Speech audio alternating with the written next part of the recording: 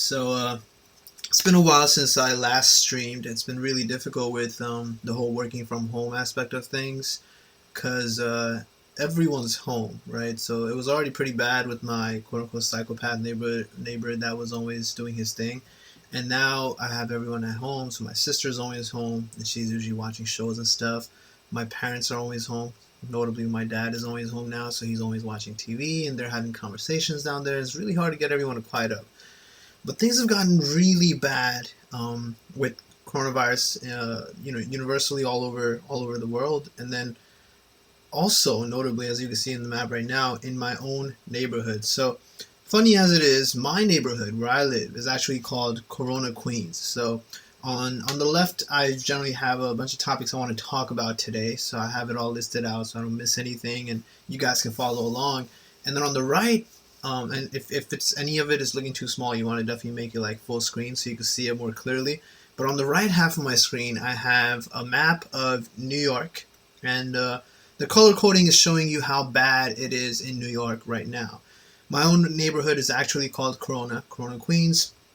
Dominantly, it's mainly a Hispanic neighborhood. There's a bright mix of everything here, though. There's a lot of Indians, Bangladeshis, Nepali people. There's people from all kinds of African American countries, all kinds of stuff. So it's pretty dense here. And the worst part is, these were all things that were great before COVID. But the worst part now is that most of these people have businesses they own themselves, right? So they're self-employed. They can't not go to work because if they don't go, then who's going to pay the bills, right? Bills are not on hold. Mortgage is not on hold. Rent is not on hold.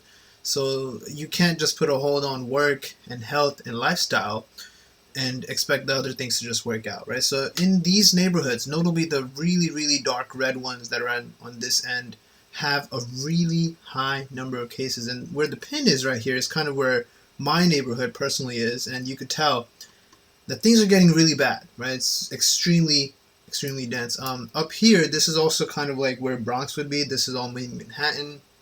So where I work, where Montefiore Hospital is, that area is also extremely dense. So in New York, it should have been something that we saw coming because we have a very extensive subway system where there's literally no way that people can be 6 feet away from each other because people stand literally like face to face, right? There's a thing where if you've ever been or if you've ever seen the insides of a New York subway system, there are ads all over the subway, right? And many of them are to prevent sexual harassment because when you stand so close to someone else who's a total pervert and doesn't have any respect for you, it's possible, right? So people are literally standing like chest to chest, ass to ass, and it's really bad. So now with fewer people going to work into the city, fewer people going to anywhere in general, it's still pretty bad. It's still pretty bad because people are still sharing this same area, right? Now, we've all learned by now how it spreads. It's not just the fact that it's droplets, right? That's the number one theory, that it's droplets, so someone can sneeze or cough, and that's why you want to be 6 feet away from them so that you want to wait for that sneeze or cough to land to the floor and you won't inhale it anymore. That's one thing, but it's also the surfaces, right? When you're standing in a subway system, when you're inside a train, you hold poles, you hold the rail of any stairs you're going up or down, and it all gets onto your hands, right? People are wearing gloves because of this, and then you can go ahead and touch your eyes, pick your nose, put your hand in your mouth for whatever reason, eat something, and you go ahead and introduce the virus into yourself. And most recently, over the last 2 weeks, now I have people that I know who are actually getting COVID-19. Raul is asking, where do I live? So I'm actually in New York myself, right where that pin is, very similar in that area. So my neighborhood is actually Corona Queens. And this entire area right here, that's really bright maroon kind of, is practically my neighborhood. So yeah, dangerous as heck, and scary as heck to stand outside.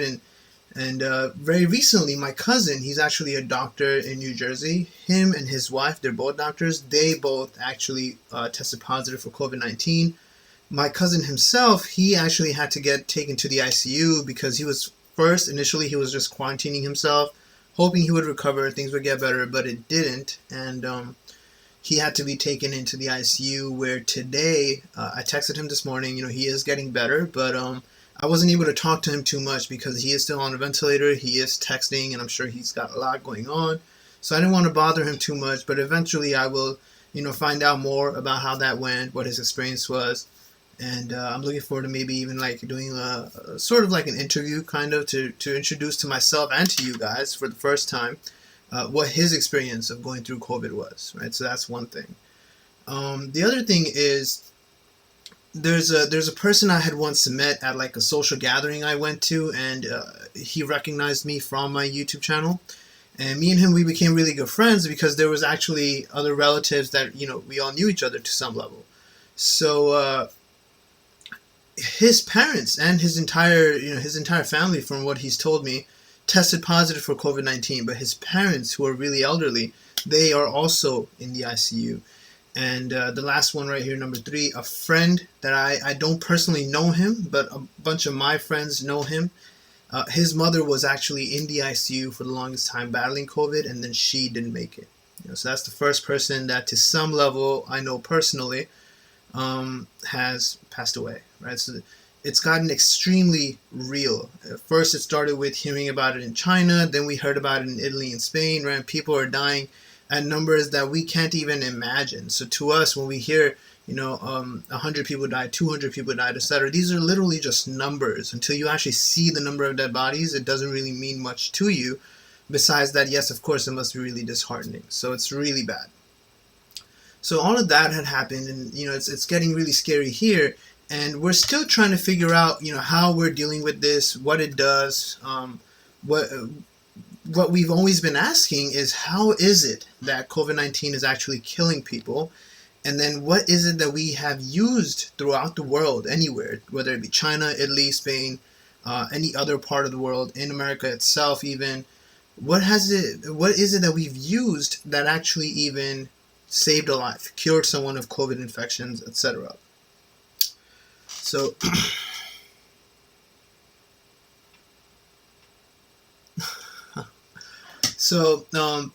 as far as the pathophysiology goes, we all knew that it has some level of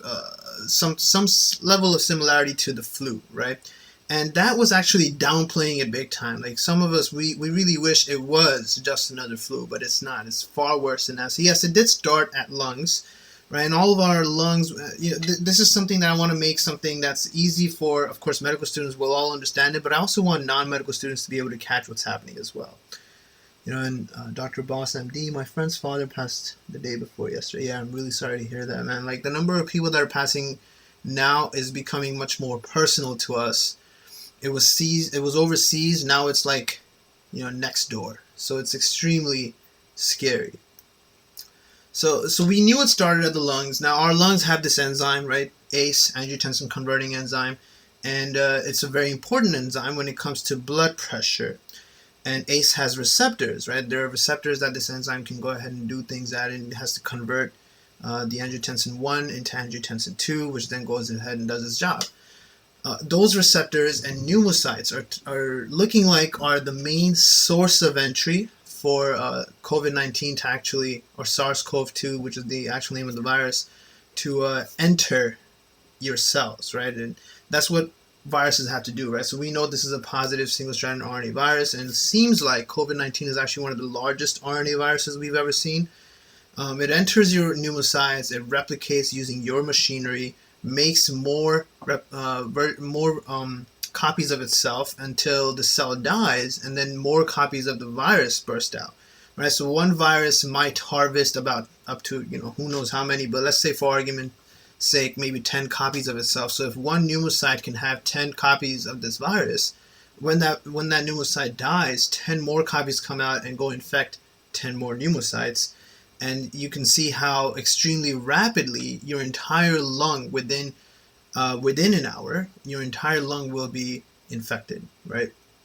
And things are only going to get bad because your lungs are something that never really faces major inflammation, right? Inflammatory conditions occur all the time in your GI system, in your urinary system, on your skin, eyes, anything, but not necessarily the lungs. Lungs almost never go through any kind of inflammatory process. People who succumb to constant inflammatory processes on their lungs are people who have asthma, right? People who smoke cigarettes very heavily, people who go ahead and actually have blood pressure issues, right? So they're going to be in major risk of getting severe infection from COVID because, again, what is it we use to treat blood pressure? We use ACE inhibitors, right? So we use something that stops this angiotensin converting enzyme, and if you have lower activity of the ACE itself, then your receptor is more available to be taken by the virus, right?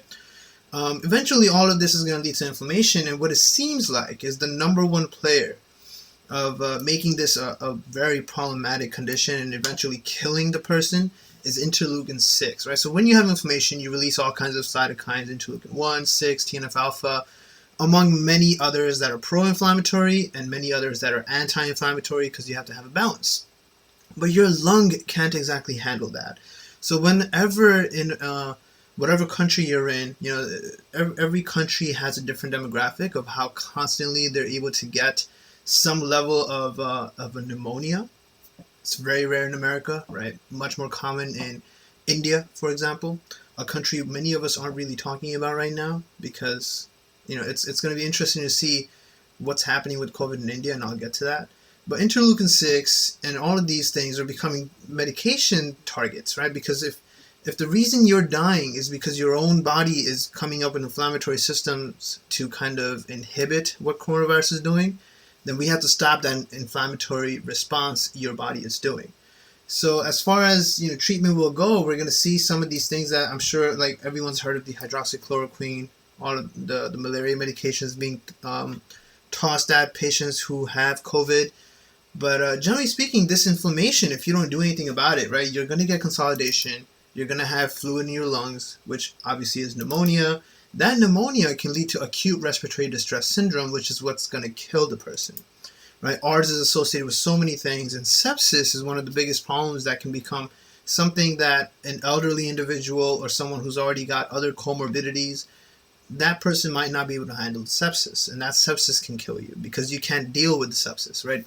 The number one way of dealing with sepsis is, one, of course, fixing whatever the sepsis is causing, and then two, getting rid of what's causing the sepsis, right? And we can't do any of those things as far as COVID is considered. So the scariest thing that you can hear if you have someone that's in the ICU, the scariest thing you can hear from a doctor is they're going to come tell you, whether it's whoever it is, they're going to come tell you that this patient might tire out, which is almost equivalent to telling you they're going towards dying. Tiring out is like running and you actually tire out, that kind of tire out. You're going to keep breathing, you're going to keep trying to breathe, but your lungs are full of fluid, and there's not supposed to be any fluid other than whatever is normally there, right? And once you have that fluid that you're creating because of all the inflammation, you can't do gas exchange anymore. You're going to keep trying to breathe really hard. You're going to try to use all your accessory chest muscles, right, for respiration. You're going to use your diaphragm as much as you can. And those are muscles that are literally working out. They're flexing just like a bicep or a tricep would. And you end up tiring out. And eventually, if you stop breathing because of that tiring out, that's how you die. So to prevent that, we've been putting people on ventilators, respirators, right, putting a tube in people. And all of this is very difficult. You can do it for one person, you can do it for 10, you can do it for 100, but how many are you going to keep doing it for? Right? We don't have a respirator for every single human being. We don't have a ventilator for every single human being. And if you have that many people in a hospital, it says that the number of tools available is far lower than the number of patients. You can't do anything with these patients anymore. And a lot of people are actually, unfortunately, dying because they couldn't even get to the part where they get treatment. Is there treatment for coronavirus? Of course there is. There are things that have clearly and effectively worked. Right? There are things that have clearly and effectively worked for so many people. Last time, one of the medications I didn't list here, so let me add that in real quick. But the last time I was live to talk about anything related to the coronavirus was remdesivir. Right? Remdesivir is a medication that we were talking about at my hospital regarding clinical trials. It is a medication that has been used in American land to actually cure someone who was within their second week of COVID-19 infection. They got better and they are alive, right? And when you hear something like that, then imagine, like, for example, let me just use myself as an example, right? Let's say my mom might have COVID-19 and she needs remdesivir. I can't get it. There's no way for me to actually get access to this medication and legally give it to her. It's not possible. Nor will it be given to her whenever I bring her into, like, for example, any hospital, right? Because many ethical things come into play. And a lot of people have been asking, a lot of my friends always come to me for advice about things like this because, again, in New York, it's becoming personal. So many of my friends, I'm sure, know someone that they care about that has COVID-19, either themselves or in their family. And they want to ask what they can do. And I tell them, well, there are treatments, but no one is using them. And why? Well, for one thing, if we start giving remdesivir or any of these medications to any one person, it would be unfair to not give it to other people, right? And then the biggest problem is lawsuits. As Americans, right, we almost pride ourselves on being able to sue someone for either how they looked at you, how they treated you, what they said to you. These are all basic things that Americans are always looking to sue for, right? One of the biggest things, why is ethics such a big topic on step one, is because you study all your younger life to become a doctor, and then you work the rest of your life to retain your license, okay? Because you can lose it the moment you get sued. Your hospital is going to be paying for the entire lawsuit, and then they're going to just take your license away because depending on whatever you did, you fucked up and you should have been trained better. Lawsuits are probably the number one reason why none of these medications are being given out to everyone that has COVID-19 right now. Because, we don't know what the long-term side effects of many of these medications are going to be. Now, as a person who has COVID-19, I'm sure they don't give a fuck. They want to live. If it's going to cause some kind of issue later on, I'd rather have an issue later on, as long as it's not completely debilitating, than be dead. But that's where the problem comes, right? It could be a debilitating side effect. It could be something that might, just to throw random side effects out there, it could actually mess up their sex life. Maybe they won't have any more sperm or egg cell production. Maybe it'll mess up their cognitive levels, right? Medications tend to have all kinds of weird side effects. Look at Topamax. I talk about Topamax all the time, right? Topiramate is a medication for epilepsy that has the weirdest side effect of causing people to lose weight. It's a great side effect. No one's really going to complain about it unless they're trying to gain weight. But again, an unforeseen side effect that you would never really imagine. Does the BCG vaccine have some amount of activity against COVID? I'm not exactly sure. I haven't seen. It could have some level of activity, but again, the BCG vaccine is extremely outdated. So let's see. So I wouldn't know. I haven't read anything about BCG. Grace's husband is a nurse, so that is scary, yes. And kudos to your nurse for putting in the work that he's doing. It's extremely scary for anyone to be going out, because right now it kind of feels like a war, right? You're not going to work anymore. If you're working in the healthcare field, whether you're a nurse, a doctor, to any level, I don't even consider myself anymore as a healthcare professional right now, because I go in for clinical trials and I go in to meet my other colleagues and other coworkers, and I'm not even there to see patients per se. I meet my own cancer patients, make sure they have their medications, make sure they're not having side effects from these trial medications, log all of that, send them home, and I don't even meet them now because we're trying to avoid that communication. But I don't want to take credit, because what nurses are doing is probably the most outstanding job anyone can possibly be doing right now, right? Because they're vividly watching as a person is dying, and they can't do anything.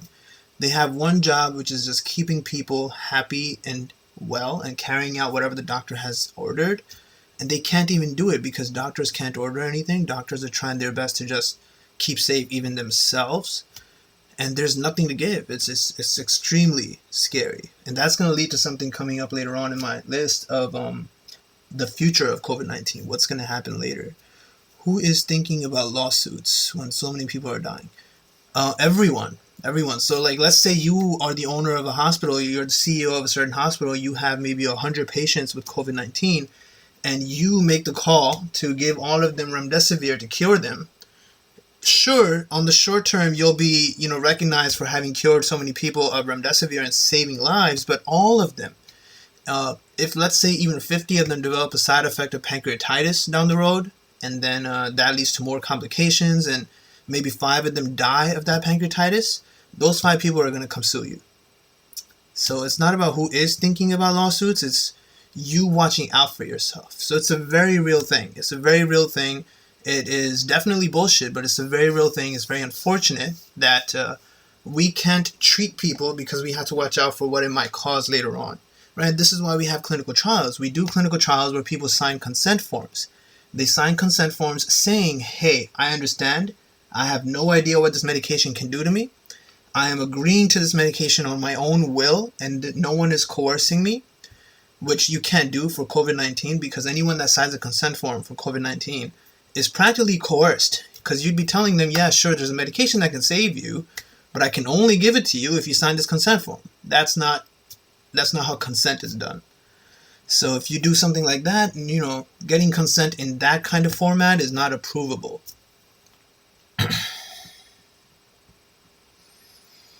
Do you know any special considerations of the airway management of a patient with COVID-19? There's a bunch. There's a bunch of different airway considerations, but the biggest issue of putting anyone on a ventilator or a respirator is that person's own body type, right? So obesity, one of the biggest issues in America, makes it very difficult to treat all these patients who have COVID-19, because you can't exactly put a tube into someone effectively without injuring their trachea, messing up their mouth, and if you cause other new issues in treating one issue, that's not how we try to treat things.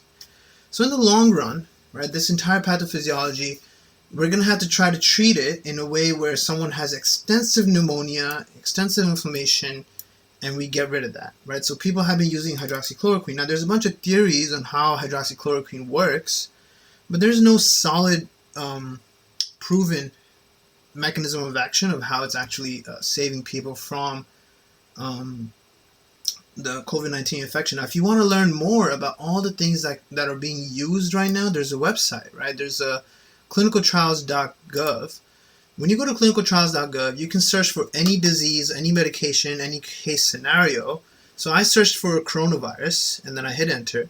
And I chose to only look for interventional ones where there are clinical trials happening, not the observational, not the patient registries. I just wanted to see what are things people are using all over the world, anywhere on earth. If you run a clinical trial on medication, you have to log it on this website, because it's just a required thing by ethics. Everyone else should know what is working, right? So there were many things. There's 145 studies going on right here, more that are coming up and not approved yet, so they're not here. And there's all kinds of medications, right? We've seen this one here, the azithromycin chloroquine one. Right, this is going to be a new one that's going to be starting in Ontario, Canada. They're not yet recruiting, but once they do, they're going to start coming up with more results for us to see, with the SARS aspect, severe acute respiratory syndrome, and the COVID aspect of things, to see if it's effective, right? We know it's effective to a certain level, but we also want to see the toxicity. We want to see the therapeutic index. There's a bunch of things you want to see about any medication, right? Remember, one of the most notorious medications from way back caused pregnant women to give birth to babies with limbs all over the place. Thalidomide, right? Thalidomide was a medication that was tested so many times. It went through clinical trials.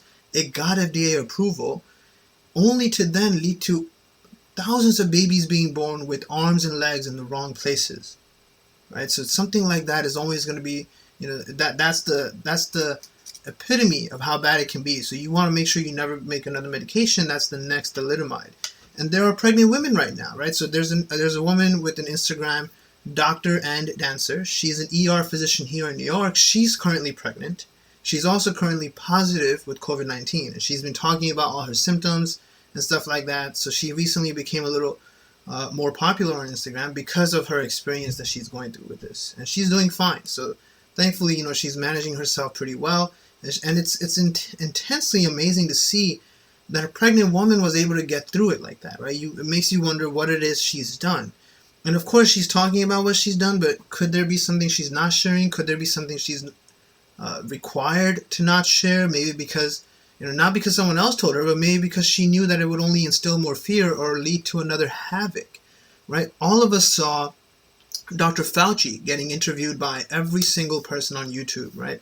Superwoman, Trevor Noah, everyone. Every single person interviewed Dr. Fauci to talk to him and ask him the same exact questions. New York's own doctor, the very popular Dr. Mike, interviewed him, asked the same exact questions. There was no difference between the various interviewers and what they asked. And one question none of them asked is, what will cure coronavirus? Right? What can we give to someone? What would you, Dr. Fauci, take if you had coronavirus? That would have been the question I would ask him. If I was interviewing Dr. Fauci, one of the questions I would ask him is, if you had a positive test result for COVID-19, what would you take? Right? And he would say it. You would say it if you were Dr. Fauci. You would take one of these medications and save your life. Doesn't matter what the long-term effects might be later on. First priority is to not die. Right? You would take one of these medications and you would live. So that's something I would have wanted to hear more. But again, on clinicaltrials.gov, you can see all the different medications that are being tried.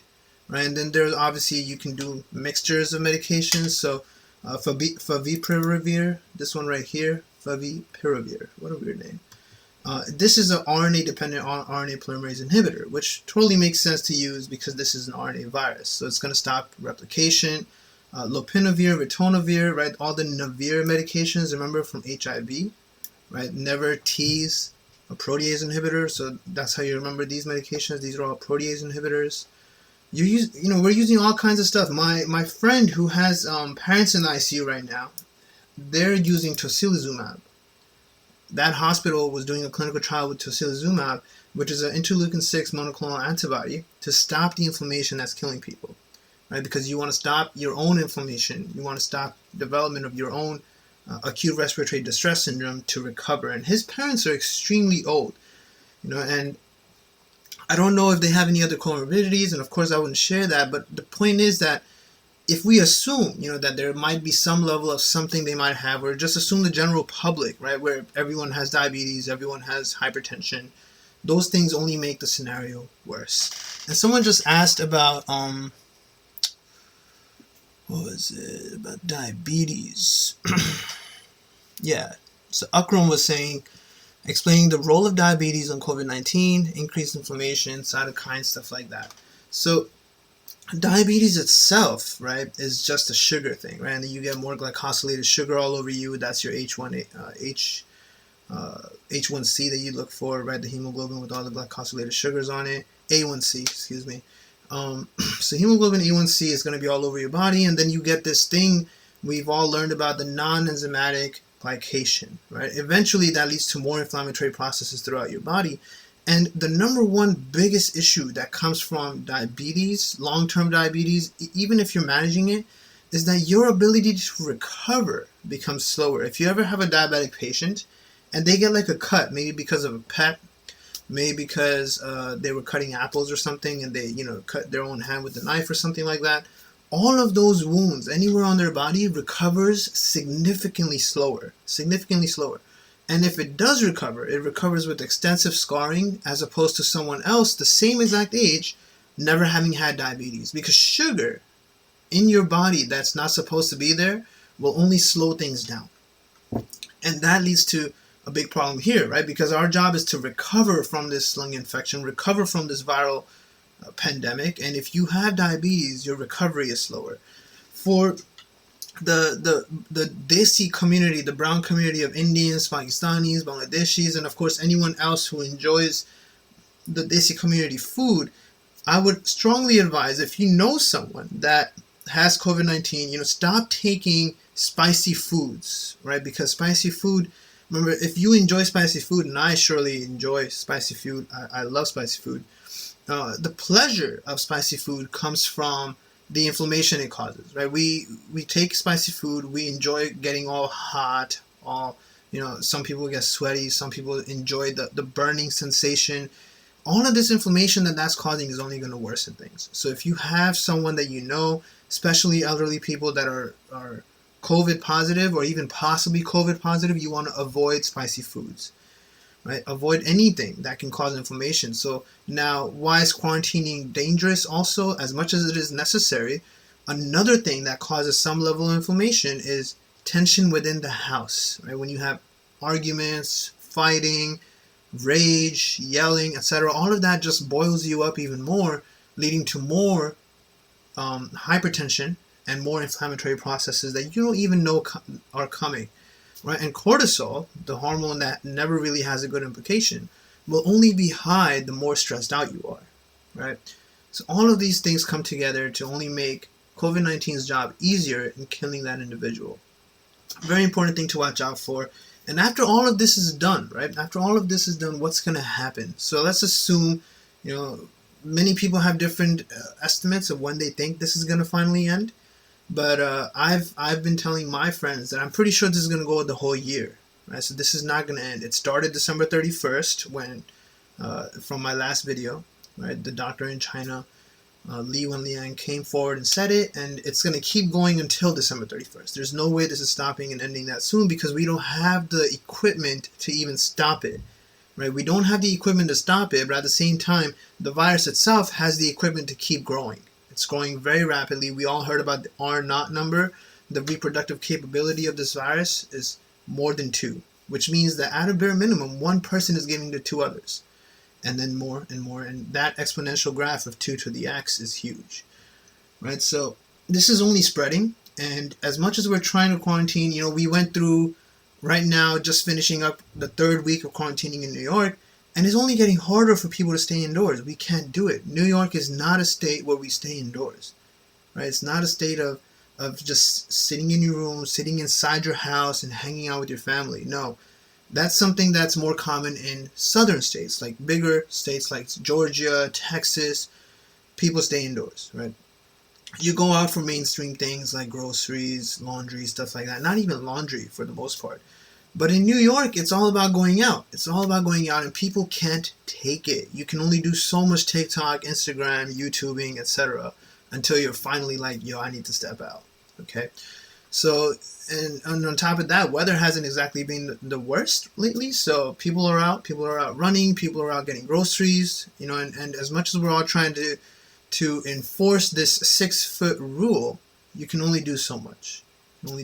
So, what's going to happen when this finally ends is that people are going to start seeing, this entire life we've been living to be something that's necessary, right? So we've all been, when you have a problem and you resolve it with a certain solution, you start thinking that solution is something that should always be true now to never have that problem again. Because you don't want to be one of those individuals who were not keeping the 6-foot rule, were not avoiding touching their face and stuff like that. We're giving handshakes to everyone, giving hugs to everyone, all of that. You don't want to be the next guy for the next SARS, COVID, whatever might come out, that you were out there giving hugs and then you ended up dying, right? So now that fear is inside you, and that fear is going to live even after COVID-19. So once COVID-19 ends, quarantine ends, and everyone can finally go out, hang out with friends, go to a restaurant to get dinner, go to a club to dance, go to a bar to meet people. Any of these things are going to be so scary for you to do because you're going to think, what if this person now has a new thing that they're going to give to me, right? Should I be carrying disinfectant with me everywhere? Should I be wearing gloves all the time? Should I be wearing a mask all the time? Should I stay far from anyone that coughs, right? Because today, someone coughs in public, we look at them like they're a terrorist, right? And going out has made us look like a first world country version of things that happen in Palestine. It's scary to go out. It's scary to go out. It's scary to meet someone. And when someone coughs or sneezes, everyone puts that person down. It's no longer a bless you. It's a fuck you.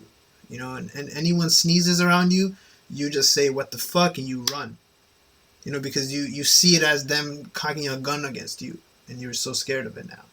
And that's very inhumane, but unfortunately, you can't even argue against it. You can see where this level of illiteracy and level of treatment of people is coming from. And that's going to last, right? So we're going to have a secondary pandemic, basically.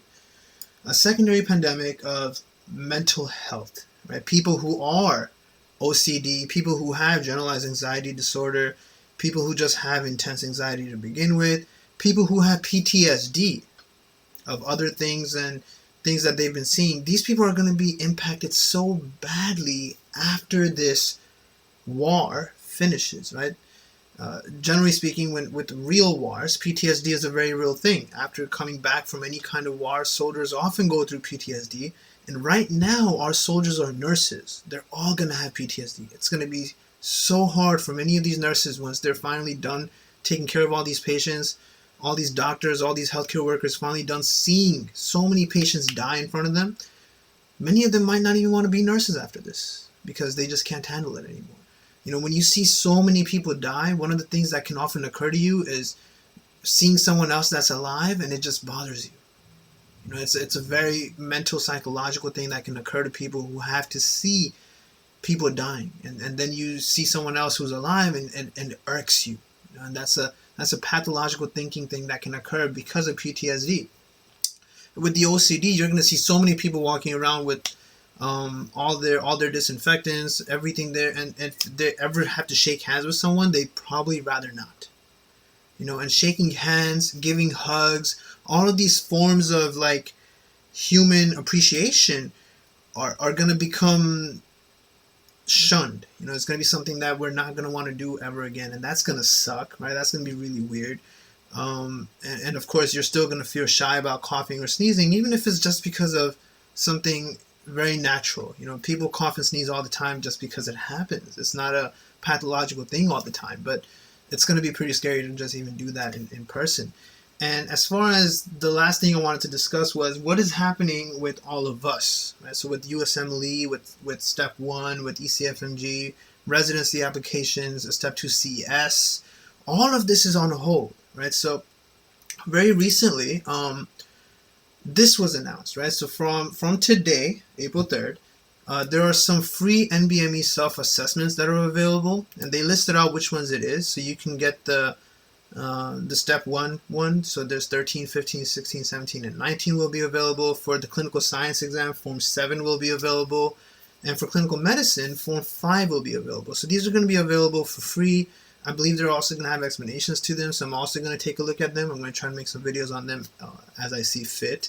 But, and it's available, mynbme.org. You just log in, and you're going to be able to take it just like you would take any other NDME you would pay for. I do wish that they put up more recent forms rather than some of these really old ones. Like, I don't believe 13 and 15 are that significant for newer Step 1s where ethics is a bigger deal now, but I'm sure there was some logic to them picking these tests listed as free. So that's a little helpful process, but the point is that this is just more stuff for you to use while you're studying without having to pay for it, right? Because no one has money right now. No one is able to work. Unemployment is skyrocketing just like it would in any war. ECFMG also made a big update, so anyone that was registered to take Step 1 is now going to have their eligibility period to the end of the year. All right, so all the way to the end of December. So December 31st, 2020 is when their current eligibility period is going to end. It's no longer a 3-month eligibility period. And we're just waiting now to see what Prometric is going to do, because Prometric announced on March 17th they were going to close for 30 days. So if we wait till April 17th or 18th, hopefully they will be reopening from after April 18th. So if you need to sign up for your test again, you can go ahead and reschedule for free. Just go to the Prometric website, say you're going to reschedule your exam. It's not going to charge you anything. You use the same exact eligibility credentials from your previous thing, and change your date and pick a seat quickly because they're filling up. They're filling up immediately, right? Everyone that got canceled is retaking the test now in a newer date. So that's one thing. But people that were supposed to take CS, especially people that were supposed to take CS from another country, they're fucked, right? You can't come to America. You can't take it here. And if you live in a different state that doesn't itself offer CS exams, then that travel is a little difficult too, because hotels are barely functioning. Right? You can go to a hotel and they won't have food service for you. Hotels are no longer providing anything but the room, and that's it. Because it's not as popular. No one's going to hotels. No one is actually traveling. So the travel ban is making the capability of taking Step 2 CS ridiculously difficult. And when this next residency application period comes, this is going to be one of the most controversial and weirdest residency application seasons ever, because we are still waiting to see what ECFMG's response to COVID-19 is regarding residency applications. Are they still going to require Step 2 CS? Are they going to require Step 2CK? Are they going to push the date from September 15th to something further down? December 15th? January 15th? Right? We don't know, because we still have to wait and see if even travel is going to be possible for interviews, for taking CS, right? And if it's not going to change, if none of that changes, then this is going to be one of those residency applications where there will almost be no competition, because no one was able to take Step 2 CS, right? Many people take Step 2 CS right now. This is CS season. They finish their CS during this summer and then apply September, and they cannot travel. And without CS, your application is pretty much meaningless. So it's going to be a pretty low competition application season. That, plus the fact that we need more doctors, means almost everyone's going to get residency. So there's a very likely chance that there's going to be 100%, nearly 100% approval, acceptance of all students applying for residency. So if you're ready to apply, then you're some of the few people that are very lucky that you were able to finish everything before the COVID closures kicked in. All right. So these are some of the things I wanted to talk about right now. Of course, as usual, if you have any questions, feel free to shoot me an email. Thank you very much for joining. Stay cautious, stay safe, spread the news, tell everyone what's happening. And if you have grandparents, parents, or anyone really that is at the risk of getting COVID-19, speak to them, give them the awareness, give them the lecture that they should never put their hand on things and then put it on their eyes, put it on their mouth, or eat with the same hands. Cleanliness is becoming something that is now essential to life. Okay, so stay safe and be careful, and then I'll see you guys again later on. Thank you very much for joining.